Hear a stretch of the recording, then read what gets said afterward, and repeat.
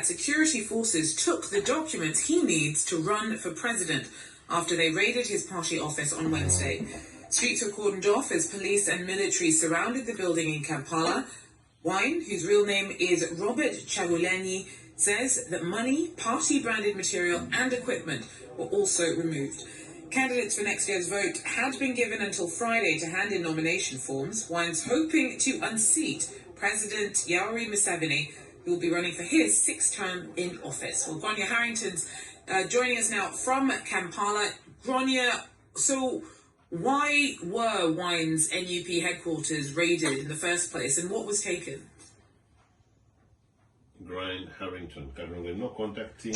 So there are several conflicting reports about this. The police and the military are saying they're simply applying law and order, in that a law came in last year banning civilians from wearing military attire. And part of this is a red beret, which is worn by a section of the military. But it's also really become the symbol of Bobi Wine and his movement. You can see even here in Kampala, his supporters will wear it all over town. That's how you can identify his supporters. So first of all, they say that this law was directly aimed at them, but they also say that there was a lot more behind this raid today, and that it wasn't just about taking clothing, that other very important things were taken. So these nomination forms with signatures from party supporters, from party members that are needed legally for not only Bobi Wine but his prospective MPs to run for office, his supporters say that they were taken in that raid today, and that's a legal obligation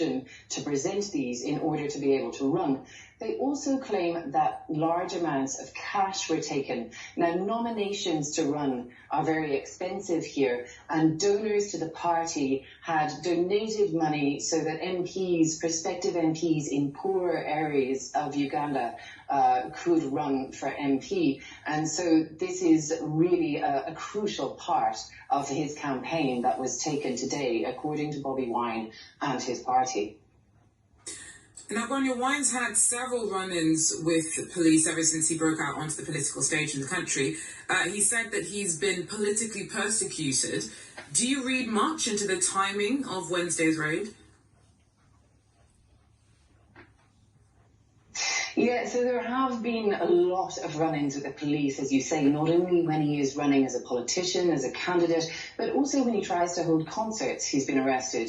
He has been charged with treason, with inciting riot. And it was only yesterday that he announced that he had had very large donations of money to allow his party to be able to present candidates all over the country, which is really crucial for the parliamentary campaign. And of course, this is a very tense election. President Museveni is running for his 6th term in power. He's changed the constitution in order to be able to run, and Bobi Wine is very, very popular.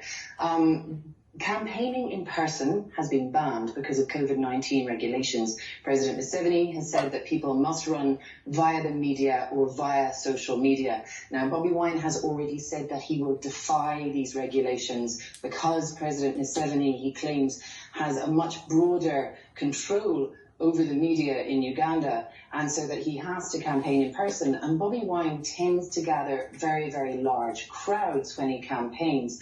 And so his supporters and his party are saying that this is a sign of a president who's threatened, and they have consistently accused the security forces of simply propping up the president rather than applying law and order. And they say this is simply another symbol of this and effectively a way of sabotaging Bobi Wine's presidential campaign.